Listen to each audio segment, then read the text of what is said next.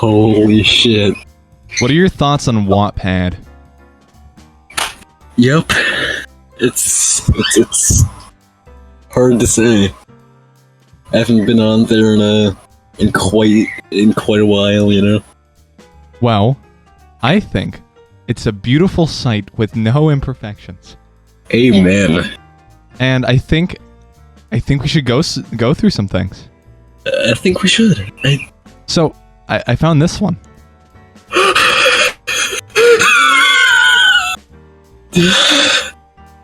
Okay. Would you like me to take the lead first? Alright. So, the first chapter is called Finding Purpose. Sigh. Steve was going through a very hard time this month. His girlfriend Alex had recently broke up with him, getting kicked out of her diamond house. He has no place to stay now. Depression hit him like a bomb, being so unmotivated, nowhere to stay. He had no idea what he could do in his life anymore. He had been traveling across the map, day and night, mining for things, attacking villages, blowing up stuff, but nothing seems to make him feel happy anymore. Nothing made him feel like he was worth anything living for. That's not what it fucking says. Except for one thing. And that was his best friend, Shrek. Shrek the ogre. Why? I like the Shrek the musical Shrek. Yes, honestly. It's like peak Shrek. Oh my god. Peak fiction right here. Alright. With the thought of his pal popping into his square mind, he stood there and thought for a moment. He hadn't seen Shrek in years. But whenever he remembered the good times they had in high school, Steve always chuckled at the memory or gave a laugh. Especially that time they default danced in front of the school assembly. What the fuck? Shrek was in every big moment of Steve's life. There was something about that Steve could not forget about that ogre. Was it his charm? His humor? Maybe something like that, but thinking about him, pinkish pixels began appearing on his cheeks. I haven't seen Shrek in a while. We should meet up again. Go over the good old days. Steve liked that thought. He pulls out his iPhone 11 Pro. I'm on and looks for Shrek's contact. Nervously pressing call, he hopes that his good friend still has the same number. Ellipses. Think you should voice Shrek. Hello?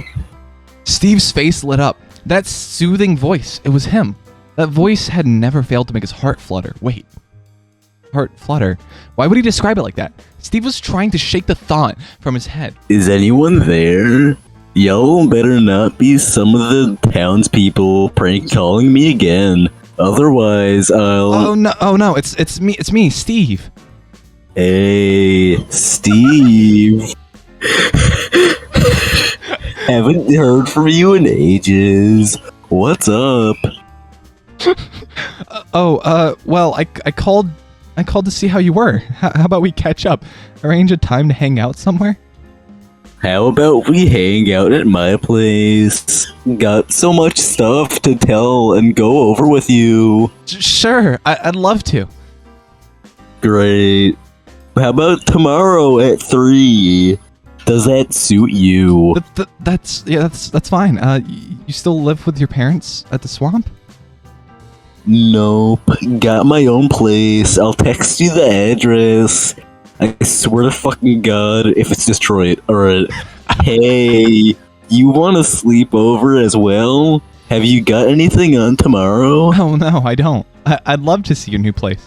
But is there room for me to sleep over? Are you sure about... Don't worry, I'll make some space. Anyways, I gotta go. Can't wait to see you there. Bye. Beep, beep, beep. Shrek hung up. How weird. Shrek never really liked people coming over, or just people in general. He usually isn't that social. But you seemed really excited and open about it today. Maybe Shrek has become a different person now, or because Steve was one of the good friends in his life.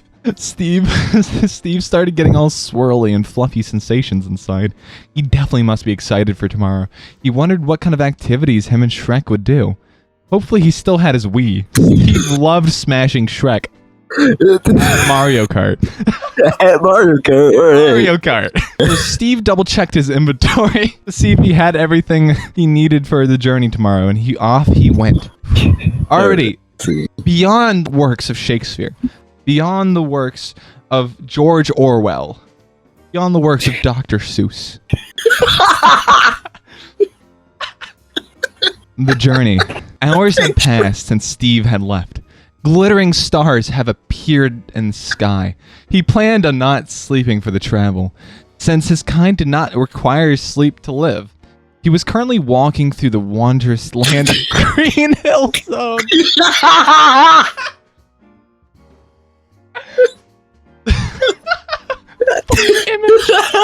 The fucking image.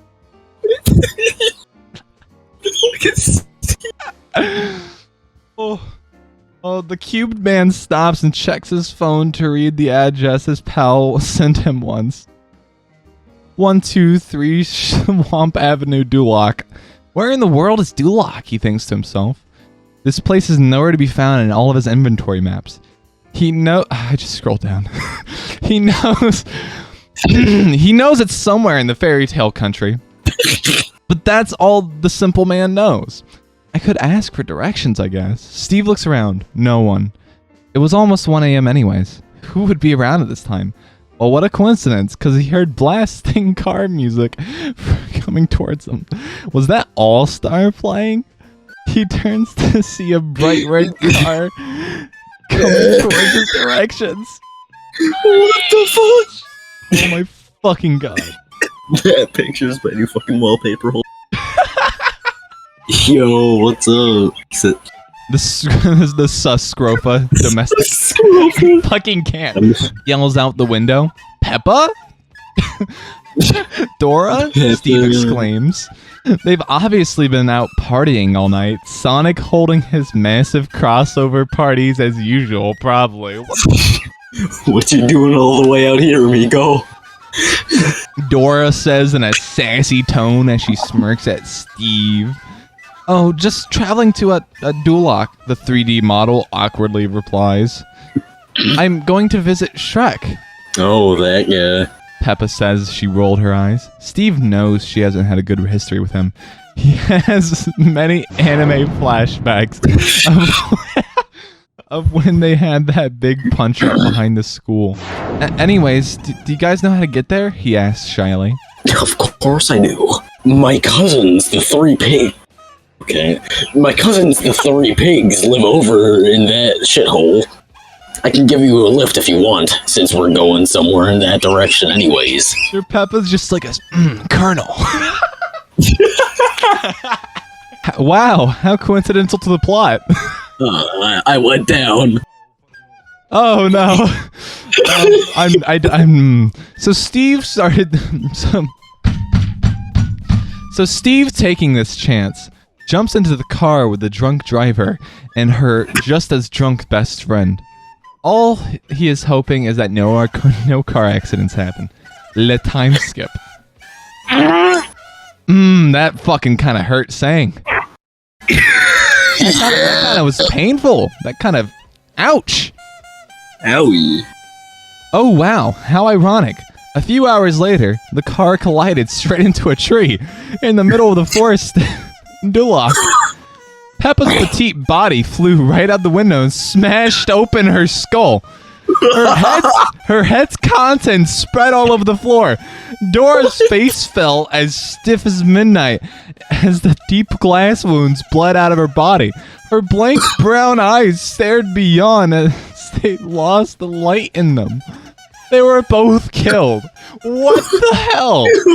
What the fuck? But for Steve, luckily wearing his handy Minecraft armor did not get hurt at all, and the armor taking the damage instead. So, quick PSA announcement, kids. Don't fucking drive. Don't hop into cars with sketchy people, and most of all, always wear your armor. Always. And don't do drugs. Yeah. Anyways, in this moment, giving no fucks about what just happened, the block-hearted male decides to take all of their items that they have fallen out of their inventory. He didn't like them bitches anyways. They were always two-faced. Steve turned to leave and walks away while munching on his free ham. Oh. Wait. Oh.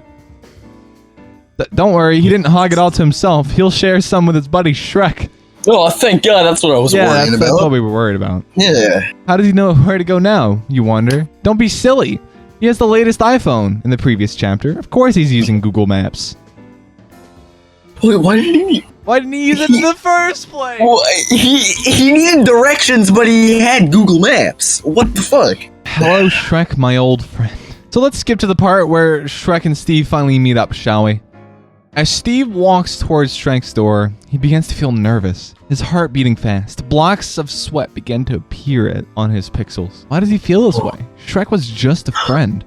But why was he getting all nervous about this? I'm not gonna lie, I read the combination of his rectangular penis. I didn't.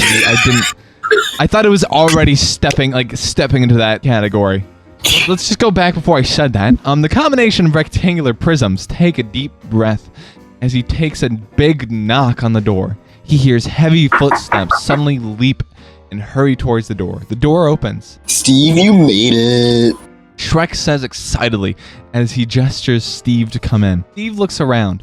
Not exactly the nicest place he's been to, but it'll be fine. Shrek goes to grab a chair and puts it next to his one. Here, sit down. Want some water? No thanks. Steve replies politely as he sits down in the chair. I'm fine.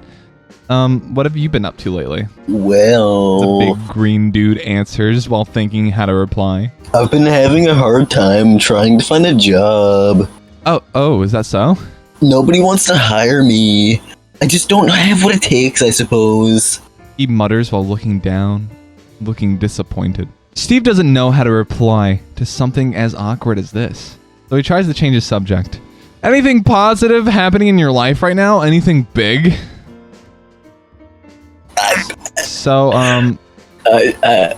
I guess my... I can't do that in the Chill's voice. What? Nothing. Shrek exclaims as he jumps out of his seat. How about I make us some lunch? He paces away to the kitchen. Sure, Steve replies. What the fuck did he just say? Oof. Maybe he was just hearing things. Steve tried to ignore it, but why did his face feel like it was getting hot? Whatever. Not like he cared or anything. Baka. Oh my fucking god, No, it clipped. Said that. There was an awkward silence at the table. Steve seemed to be playing with his food. Steve, my good friend. Is anything wrong with you? The ogre quietly says. Alex broke up with me this month. Oh, hell. I just can't believe it. So what if I spent too many hours on World of Warcraft? It's not like she wants to do anything anyways. All she does is all day is spend outside on her weird kawaii sculptures, the man angrily says, starting to get frustrated. I'm so sorry, man. Shrek says, looking sorrowfully at Steve. Do you want to play some video games after we eat? Sure, he answers. I'd love to. Shrek begins to get a pink tint on his cheeks. Why did Steve saying that make him all giddy inside? After a few hours of playing Super Smash Bros. Brawl, Steve was starting to get a bit uneasy. Being so close to Shrek turned him on for some reason. His massive curves and all them layers. Layers, the fucking onions. Shrek was feeling a bit uneasy because Steve was weirdly gazing. Gazing? That's not a fucking word. At his body. But you know, Shrek decides to take his chance to show how he really felt this whole time. Hey, Steve. Yeah? And the cuboid man, still staring lovingly at the ogre's chest. This isn't going anywhere good. Do you want to see my room? Sure, Steve says, not really transferring what Shrek was saying as he follows him to the room. Bad fucking mistake, my friend. Okay, let's just skip that part. Yeah, we're skipping this part. Happy ending. Happy ending? Steve was so drained from making love last night that he fell asleep straight away. Shrek smiles tiredly as he glazes his loving eyes onto the man's humble sleeping body. Now Shrek could do what he was planning all along. What? The ogre slips his hand into Steve's pocket and takes his wallet, placing it on the wooden table with all the other stolen items from Steve's inventory. Because who wouldn't want the latest iPhone with all the extra? No! No! Shrek gently carries Steve, being cautious not to wake him up, and carries him through the swamp and out into the forest. As a pack of wolves start to surround the pair, Shrek yeets the blocky person No! and makes a run for it. As he hears screams and flesh being torn apart in the background, he tries his best not to look back and just keep running, not turning his head behind him. As a dramatic tear slowly goes down his cheek, he whispers, "Now I truly have no friends. No one can bother me now. I can live in pure solitude." Or so he thought. What the fuck is that? Oh, that was beautiful.